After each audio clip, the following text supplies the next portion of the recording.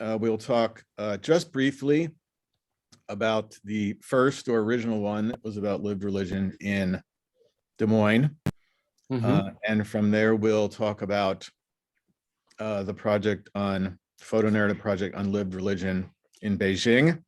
Yes. That went from 2017 to 19, I think, or 2018 to 20. To 20, yes. Yes. The book is published in 20. And a photo-narrative project that is just commencing now in South Africa, particularly the KwaZulu-Natal region with Herbert. I'm going to share screen. I'm going to try to share screen. Oh dear. Huh. Wouldn't you know it? I have a new computer and congratulations. Yeah, well, not such a good thing right now, huh? Oh, click to make changes.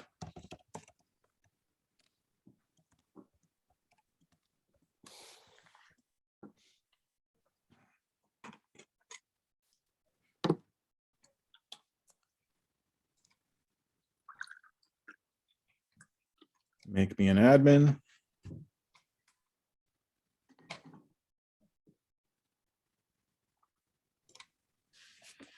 Click to make changes. I'm sorry, y'all. I need to leave and restart. I'll be right back. Okay. I'm gonna make Anik, I'm gonna make you host. Okay. As discombobulated as it is. Okay, so this is where it all began, a photo narrative project on lived religion in Des Moines that ran from 2015 to 2017. It involved over 50 students. I don't know that I've ever tallied up the numbers officially. There were students who did research and writing, students who did editing, students who did layout and design, students who did photography and videography, students who did marketing. We looked at the big six so-called world religions: Judaism, Christianity, Islam, Hinduism, Buddhism, and Sikhism. They were distributed among 15 different sites. So 3 Jewish synagogues, 3 Christian churches, 3 Islamic mosques, 2 Hindu temples, 2 Buddhist temples, and 2 Sikh temples. One of the more notable things along the way was a multi-faith concert that we had on campus in 2016 that packed about 150 people into Turner Jazz Center. It went on for 2 to 3 hours and ended dancing to a Jewish klezmer band with a Sikh drummer outside. Quite a lot of fun. In 2017, the book was published by Drake's Own Community Press. It is sold as a fundraiser for the Food Pantry Network of the Des Moines Area Religious Council, which was the nonprofit partner for this project. And it's raised, we think, over $15,000 so far for the Des Moines Area Religious Council. I think we're almost out of books, actually, and wondering, excuse me, what we will do about that, since we continue to utilize the book in Drake classes and at an interfaith camp and so forth. And the photos were done by a local photographer, Bob Blanchard, whose name will come up again in our presentation here. So Ben, I think it was at the annual meeting of the American Academy of Religion in November of 2017, you and your colleague were on campus. Your colleague gave a lecture for the comparison project, and then we went to Boston. Yes. Where we hijacked a plate of oysters, like 60 oysters, and started to talk about the possibility of a photo narrative project in Beijing. Anik was a big part of this in supporting it as well.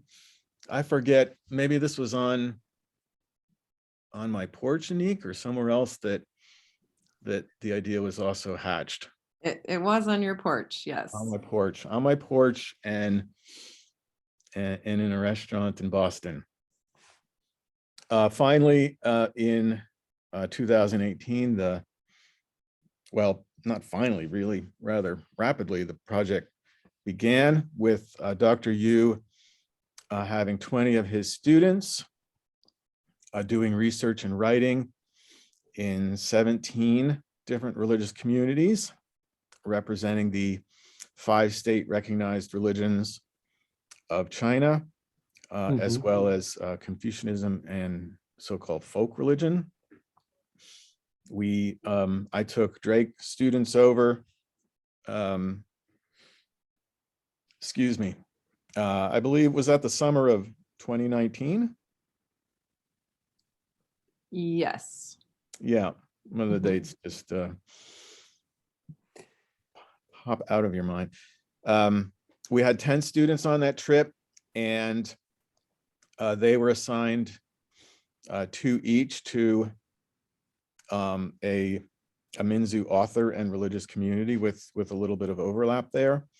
We traveled to all these sites. The Drake students worked with the Chinese students on developmental editing, some kind of what information needed to be expanded on for a US audience. I don't have it on this slide, but the book is bilingual in Mandarin and English. Phoebe from World Languages and Cultures did the translation. Bob Blanchard again came with me and the students on the trip to take photographs, and also Ying Long, a Minzu student, Yes. took photos. John Fender from Drake's graphic design program did the layout. He also, along with his students, did the layout for the Spectrum of Faith. And this was finally published by Bloomsbury in summer 2020. We were not able to hold the kinds of book launch festivities that we would have liked. There was a plan, I think, Ben, there was a plan for me and Anik and some people from Drake to come over for the launch in Beijing, and then there was COVID. So here's the whole crew, a photo taken, I guess Ying Long took this photo, Ben? No. Or maybe Bob had it on a timer. Some pass by. Okay. Yeah. So we have Because I'm sorry. all our teams are here. All members of our teams are here. Oh yeah, he is right here. Yeah. At the last row. Okay. Here's Dr. Yu. Here's yours truly.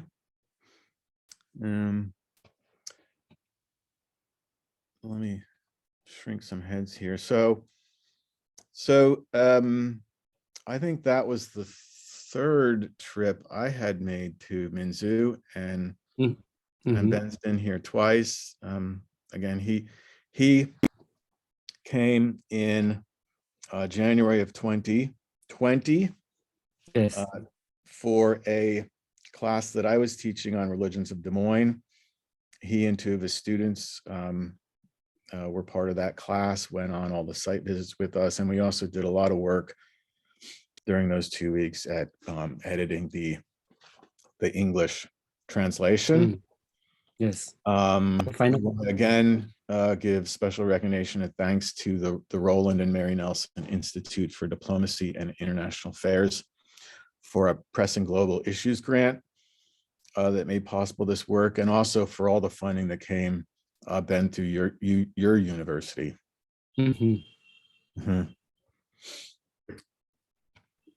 So I think for time's sake, I'll move on here. And if we want to go back in the Q&A and talk about any of this, we can. Again, 5 state recognized religions: Taoism, Buddhism, Islam, Catholicism, and Protestantism, as well as the Confucian Temple and Imperial College, and 1 folk religion site. We were all over Beijing for 2 weeks, seeing all of these sites, visiting with Ben's students and having Bob take photos. The impact, here's most of my crew, along with some of yours, Ben. Mm-hmm.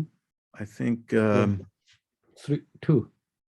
can't recall exactly where we are at the time, but obviously having fun, and some of them had searched long and hard for meat on a stick and got it there. Mm-hmm. In 3 trips each way for Ben and me, students going there in May of 19, and Minzu students here in January 20. Friendships were developed, WeChat contacts, some degree of cultural competency, navigating the Beijing subway, which they all learned to do by the end, and finding meat on a stick. Just how different religion can be elsewhere in the world, and to see it lived. And there's just a massive misconception that I find among my students about there just not being much religion in China, and boy, did we learn otherwise. The book itself is quite an accomplishment, and it gave rise then to Herbert and me thinking about how we might do a similar book on religion in South Africa. I think at this point, Professor Yu, you're going to make some comments about the impact of this project from your perspective. Well, yes. So I think there are 4 points that I want to make. It is a real intercultural experience for the Chinese students to present their own religion and cultures to a group of Western audience. And in this field work itself is always in the companion with the Drake students, the young students, and also professors. So they learned how to do the intercultural communication and how to present their own religions to the people from another culture. So this is the first impact. And also because even the students here are major in religious studies, but they do not have much real experience to have a very deep conversation or go into the life of the religious professionals and also the believers in the Beijing religious sites. So to meet the priests, monks, and also pastors, imams here is a really professional learning for them. And also the third impact, I would say that the Chinese students, some of them just undergraduate, some of them are just the freshmen of the postgraduate, and they saw the names appear on a bilingual book by a world-leading publisher. So it's very exciting, and so do I for me. The fourth point is actually just yesterday, we finally get the award from the university. So because this project and this book, so we have the certificate to be recognized as a kind of the university is also proud of. So these are the 4 impact that I believe that our students and myself had experienced.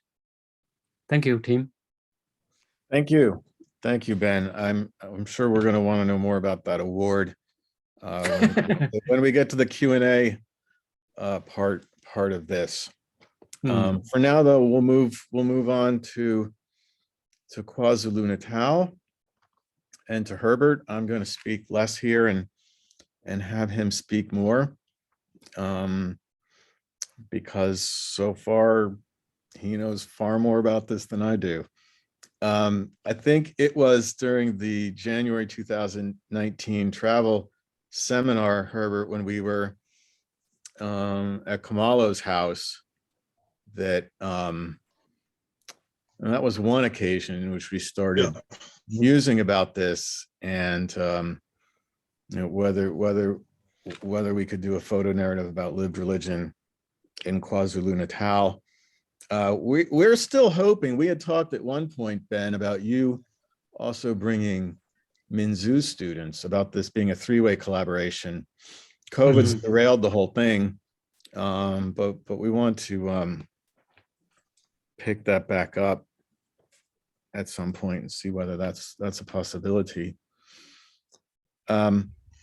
So, pardon me, Herbert has been to Drake twice to lecture for the comparison project and attend a mini conference. I was there twice to plan for the travel seminar and co-lead the travel seminar. Herbert will be back on campus shortly at the end of January to be the spring 2022 scholar in residence, and his daughter will be here, Tande, as a first year student at Drake. Yeah, the program's had this project has had several starts and stops because of COVID, but we do foresee it officially commencing in calendar year 2022. Herbert can talk some about this, but he will have students begin doing the research. And then we again hope to bring Drake students over and plug them into the project in January of 2023. In this case, we have a lot of variety of African Christianity, some traditional Sangoma practice, as well as religion transmitted from India across the Indian Ocean, Indian Islam and Indian Hinduism. So, yeah, this was a timeline I had imagined, and Herbert, you put these photos together. So maybe I'll just take us through the timeline and then turn things over to you for this slide and the next few. Herbert, I think you're going to begin doing some photography yourself in November, December, and January before you come over. That's being supported by Drake through the international partnership grants. And then again, we're looking forward to to do a travel seminar in J23. And then we're not too clear how this will all work out, but editing of writing and photos, layout design, and getting it to the publisher, maybe by the end of calendar year 2023. You want to take over now, Herbert? Yeah, maybe also to just highlight on those photos there, one or two of the photos. Yeah, maybe two of the photos. The Randavel. Yeah, that's a temple. It's a temple for an African traditional healer. They use a Randavel, some kind of Randavel. I got this photo from KwaZulu-Natal in the villages there. Yeah. Maybe the bottom photo also, the mountain there. This is one of the major holy sites for an African kind of Christianity called the Shembe. And this is a mountain which is holy. It's called the Holy Mountain. And the road that meanders upwards. Tim walked this road. You remember? I do remember. Barefoot. Yeah. You walk up that mountain barefoot. Yeah, barefoot, yeah. Yeah, up to the top there. So it was, yeah. these religious people meet in this mountain in January to commemorate their leader, the founder, called Isaiah Shembe. Yeah, I think briefly is that these other two photos are variations. The top one is Hinduism in Pietermaritzburg, and the bottom one is Islam. It's an Islamic temple in Pietermaritzburg. Yeah. Okay. Thank you, Herbert. So this is a long list of all the sites we're hoping to include. I think maybe you have time to run through these quickly if you want, Herbert. Okay, so let me try to just quickly run through them. I may give less detail to some, but more detail to others. I'm actually hoping to, as Tim pointed out, to do some photos and short videos from the different sites, partly for the photo narrative and partly for my sojourn in Drake. So the Bidia, the first one, the top one, the Bidia, this is a unique church, African initiated church in KwaZulu-Natal. And they are unique in that they don't go to hospital, they do their own healings. And next to their chapel, they always have got a healing site, some kind of clinic, but they use religious artifacts for healing. The second one, the Harding South Coast, it is in the south coast of the Indian Ocean. This church is also, we picked it out because they do burnt offerings like what was happening in the temple in Jerusalem. So around Easter time, they actually slaughter clean sheep, cows and goats, and they burn them on a stake like. So we were trying to pick photos and narratives from that. And there is a student, one student who is actually a member of that church who is writing a narrative there. Then the third bulletin, well, it's that's Hinduism in the two sub-bulletins about Hinduism. Yeah, the second photo is the Clearwood Shri Shiva temple, and Tim has been there. The top one is the one in Chatsworth in Durban. We had lunch there with Tim as well, and we got some lessons, some lecture there. The fourth bulletin, yes, Tim, the fourth bulletin, exactly. Yeah, that's the Nhlangakazi Holy Mountain, the Shembe one I just spoke about earlier on. Then the next bulletin, Escort. This is one of the areas that we think was where the foundations of Zionism in Southern Africa. So Zionism that is found in South Africa, Zimbabwe, Botswana, Lesotho, and bits of Namibia come from that center. Then the next one, the Howick Mpopomeni. This is a priestess with two altars. She appeals to African spiritualities and also to the Holy Spirit. So she has got two altars in her Randaville. And Tim was in that place as well. He has some experience. And your students as well, yes? Yeah? Yes, indeed. Yeah. The next one is the Hindu temple in Pietermaritzburg. We have interest in the Hindu temple in Pietermaritzburg because they brought the practice of walking on hot charcoals. They do this usually in June, July, or during the Easter period. So yeah. The next chapel for the White Missionaries of Africa. This is Catholic. It is a special religious order which is called the White Mission, the White Fathers. They are actually called the White Fathers. They've changed it to White Missionaries because the White Fathers were like, they are better fathers than African fathers. So it was political. Then the next one, the Temple Mountain White Sangoma.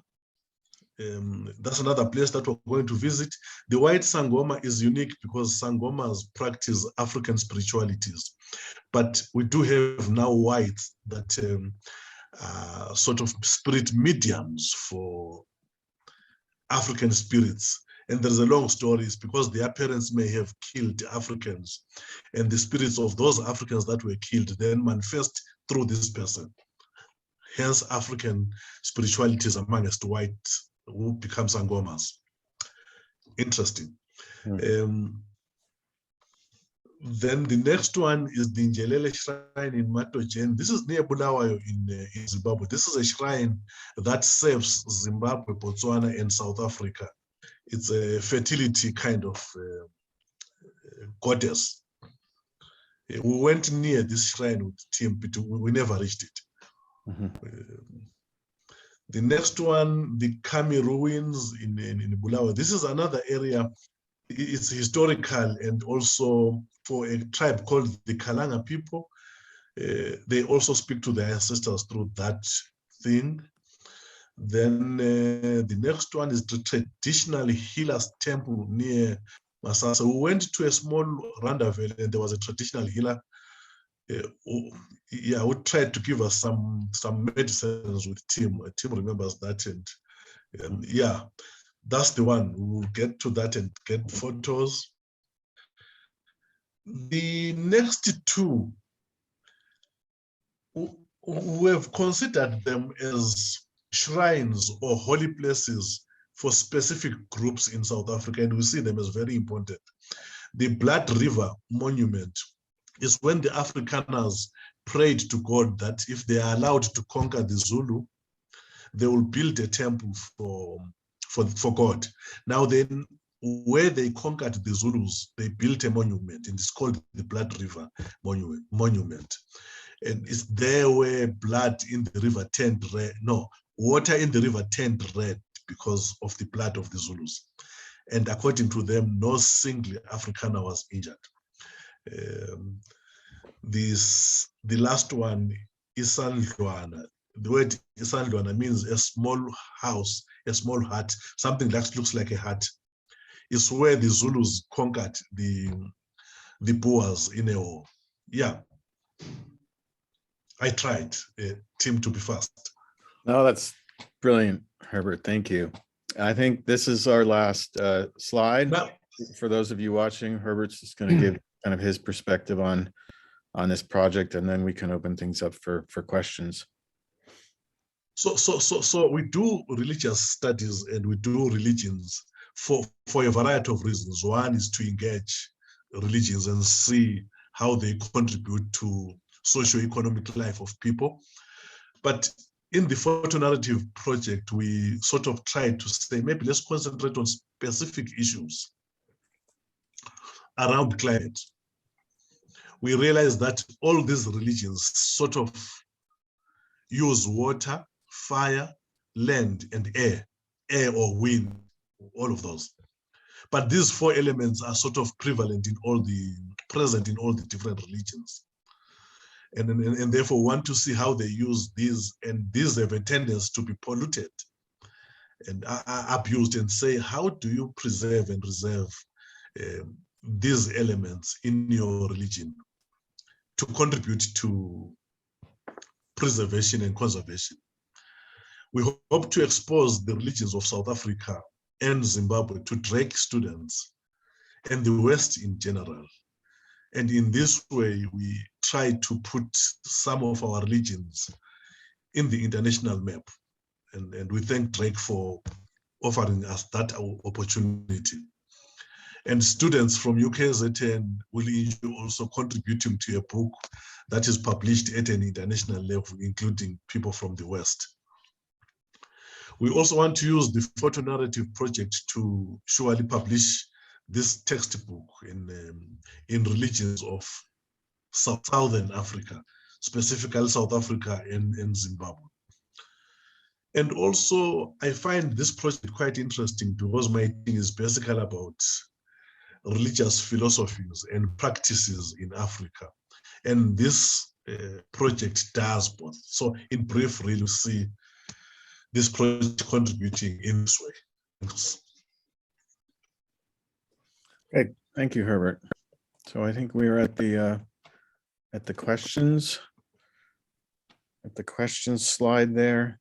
I do want to recognize, sorry, I didn't earlier, that we have with us here one of the authors of a chapter for Spectrum of Faith, and that is Nathan Jacobson. Nathan was part of that project. Right, was it fall of, do you remember which semester you were in? I'm trying to remember. I think we did it actually the spring of my junior year. And so that would have been spring of 2016, I think was when we were doing the research. I don't know if that sounds right.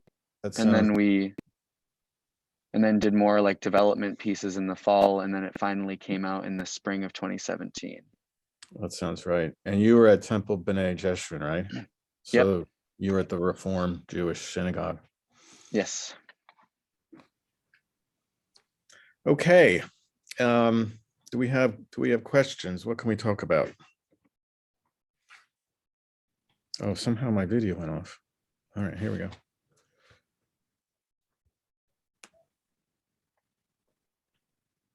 Ben, do you want to start by telling us about this award?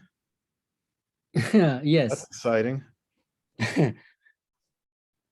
Well, I applied it actually, but after a kind of a process of so a kind of competition, and finally it is awarded.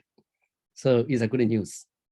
Oh, yes. So, and that means the university also very much appreciated that project and also the publication. Well, actually, I wish that after I get more books from you, I wish that I can have a more a high level promotion. Because if I invite many distinguished guests to come, if I cannot present them a copy of book, so it will get embarrassed. And so I wish that I can present each of the guests a copy of the book. And so I'm waiting for the books. Yes, sorry, I'll get So on that yeah, on Thursdays. well- We finally have a way to ship these. You've never seen my wall of books. I'm sorry to, yeah. 2,000 books, 1,000 were to go to Beijing and couldn't. Yes. So they're all in my office right now. Okay, good. So I think at that time I will invite all the leaders of the religious associations in Beijing, and so to present them about this book. And also, I think this is also very good in terms of the like presenting Chinese religions and cultures to the world. And so since then we can plan that activities. Maybe also like we can have a kind of video talk with you, with Moyo, and also with Anik. Yes, yes. We can see how we can make it. Yeah, I think the American Academy of Religion is back in Boston next November. Mm-hmm. It would be fitting if we could get a panel on the program, even sponsored by Bloomsbury, and and attract more attention to the project. There just haven't been. There was not an in-person meeting last November, and I'm going on Friday to the one this November, but hardly any people are going in person. Let's see if we can get you over to the States in November of 2023 to go to Boston. I just have a suggestion or a question to Moyo and also to you. So when we're talking about the environment, ecology of the African religions, so Professor Moyo mentioned about the 4 elements. How about we also include the mountains or the like some kind of plans. So I just see that the 4 elements, can we make it more? So this is my my comments. Do you want to respond to that, Professor Moyo? Yeah. Actually, that sounds good, Bin, because when you say mountains, really 2 of the areas that we are trying to visit and take are actually mountains. The Shembe is located on top of a mountain where we went to the barefooted. Then the second place is the Njelele Shrine that serves Botswana, Zimbabwe, and South Africa. It's also a mountain. So I will be inclined to agree with you on that. Yeah.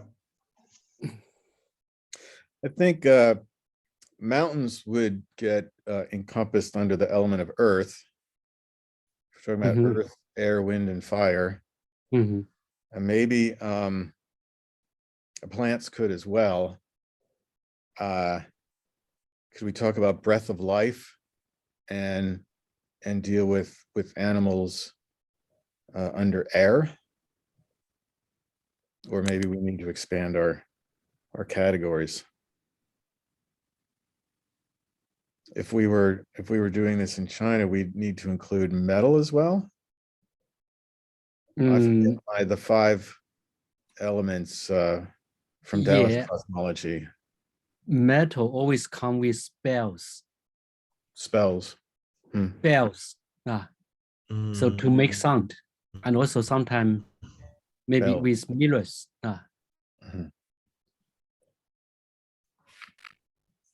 Okay. Do we have any There is questions? a question. Yeah, there is a question, Tim. In the chat. Are there any specific areas of each religion that you all focused on in the creation of these projects, or did you take a more general approach? With regard to spectrum of faith, it took us a while.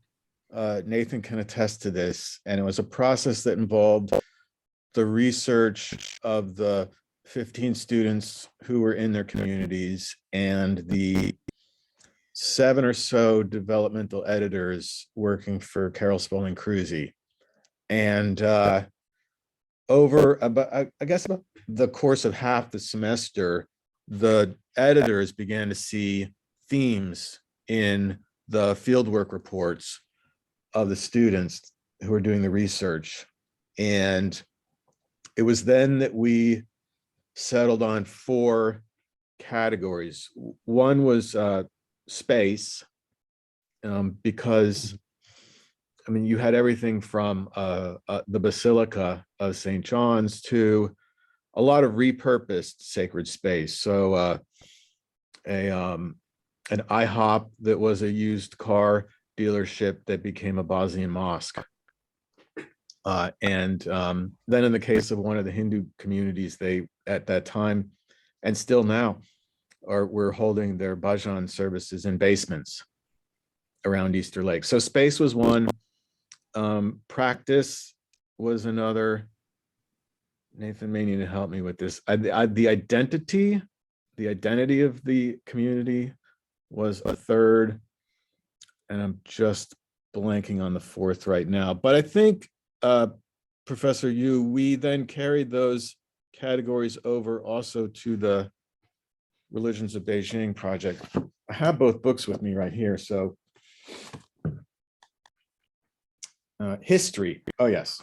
So it's identity, history, practice, and space.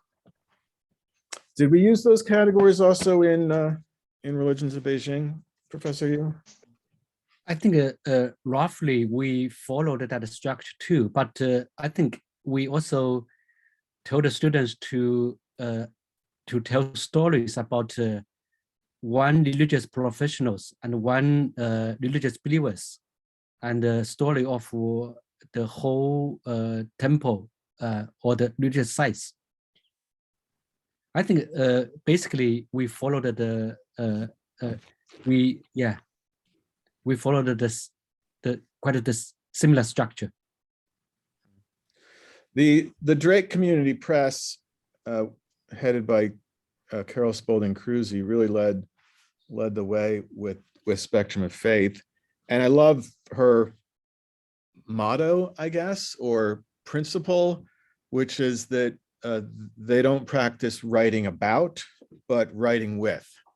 So we urged the Drake students in the first project to try to find the stories, the life, the beating heart of these religious communities, and write with them and tell their stories rather than writing about them, as we as scholars so often tend to do. Is that answering your question, Jerona?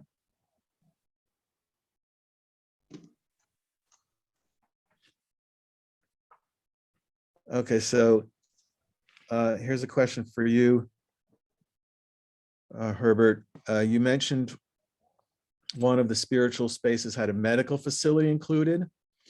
Were there other religions that incorporated healthcare as an integral part? Yeah, thank you for the question. The both religions that are located in mountains. The first one is the Shembe religion in South Africa. Yes, they deal with health issues. The priests are also healers in that religion. Then the Njelele religion in Matopos it's a fertility. It's a fertility goddess, and this goddess actually deals with people that cannot conceive, animals that cannot conceive, and when there is no rain, people go there. So it has to do also with the health. And when Sangomas, traditional healers, graduate after some training, they usually would go there for their graduation. It's sort of some kind of authentication of their training. They go to the Njelele thing. So it has to do with a lot of health issues. Then I did mention this, the Sangomas, the white Sangomas. Sangomas are known for sort of being able to see what is hidden. They do a diagnosis, or they act like a scanner. They see inside the human body and human hidden things, spiritualities, and they prescribe some healing. So there is a lot of that. However, these are not so unique because they do also combine with Western medicine. People can go to Western hospitals. The one that I sort of mentioned earlier on, they have this heart of theirs, and their members are not allowed to go to hospitals. Yeah. Does that answer the question? Yes, that was from me, and that was a very good, very interesting comments. I saw that a lot in Zambia, that people would go to traditional healers first and then to Western medicine after that. So it kind of fits with that. Yeah. I recall Dr. Yu at Bayungguan at White Cloud. Yes. Are there medical facilities there? Yes. I don't think I ever got to that part of the complex, but I recall seeing that there were medical. Would they practice traditional Chinese medicine, or? Yeah, sure. I think there is a clinic, something a kind of medical clinic house within the White Cloud Temple. And some people even call themselves as Dao doctors. So it's a very good title for them. Yeah. Thank you. Herbert, I wonder, of course, happy to take questions from everyone else, but not seeing any right now. I wonder if you could say again what you were saying about white Sangomas. Okay. So generally, it's Sangomas are aligned to the religion of ancestors in Africa. And they have been associated with Black Africans. Mhm. So Africans of other origins would not usually have the Sangoma spirit. But we do have, mainly in South Africa, white Sangomas. And the majority of them are female. And one then wonders, how come that they have got this African spirituality? Then researchers, when I was doing my research, I discovered that one explanation, I don't know how true it is, but that's the explanation that is available, that you can have the spirit of a person that is not related to you, manifesting in you as you become a spirit medium. Mm. Now, the explanation is that if your parents or your ancestors kill someone, and the dead body is hidden from the family, they never have it, the spirit of that dead person can then manifest in you, and it can decide whether it wants to make you confess and eventually tell the family what happened, or it can dwell in you and you become a medium for that particular spirit. Mm. So the thinking is that these white Sangomas actually are manifesting the spirits of Black people that were killed by the forefathers of these same people. Hence, they've got these spiritualities. Yeah. Yes. Okay, so the white Sangomas are possessed by manifesting the spirits of those who were killed by the ancestors of those white Sangomas. That's the point. Yeah, I know. It's extremely how to say, controversial and complicated issue. Yeah, it's controversial. It's complicated. But besides this explanation, there have been no other explanation, because actually when they manifest, most of them will manifest this, then at the point when they are sort of possessed by the spirit, they act in African traditional ways. Then one wonders, where did you learn this? How come you do this? And the belief is that some of them will even, when possessed, they will speak fluent African languages, because it is the spirit of that other person speaking through them. Complex. Mm. And that's what made me actually want to say, maybe let's include this in the photo narrative. It's unique. Mm. Yeah. Do you think you're going to get any pushback for that? Yeah. Let's see what happens. I do have the ethical clearance now from the university to do the research. So December, I'll be visiting 2 of these Sangomas around Pietermaritzburg. You know, you visited one of them with Kumar, you remember? Yeah. Yep. So I want to find out the surname of the person that is manifesting that Sangoma, whether it's Zulu or European. Let's wait and see. Okay. I refer to her as Kamala Sangoma, which you find infinitely amusing. Yeah. Oh, boy. What, again, not seeing, does anyone have questions? If not, I might ask one more, which is, Dr. Yu, do you think there's any way we can coordinate getting you and some of your students also to South Africa? I look forward to that. Okay. January of 2023? 2023, I think it's possible. When, do you know when New That Year's would be is? nice. 2023? That would be nice. Do you know when Chinese New Year is in 2023? I can check. But I think if your team will be there and the students will be happy to be there too. So even the are going to celebrate the Chinese New Year in South Africa. Celebrate Chinese New Year in South Africa. Yes, why not? Looks like it's January 22nd. January Uh-huh. 22nd. Okay. Yes, Okay. 22nd. Oh, To be continued.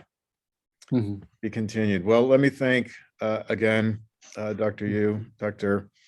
Thank you.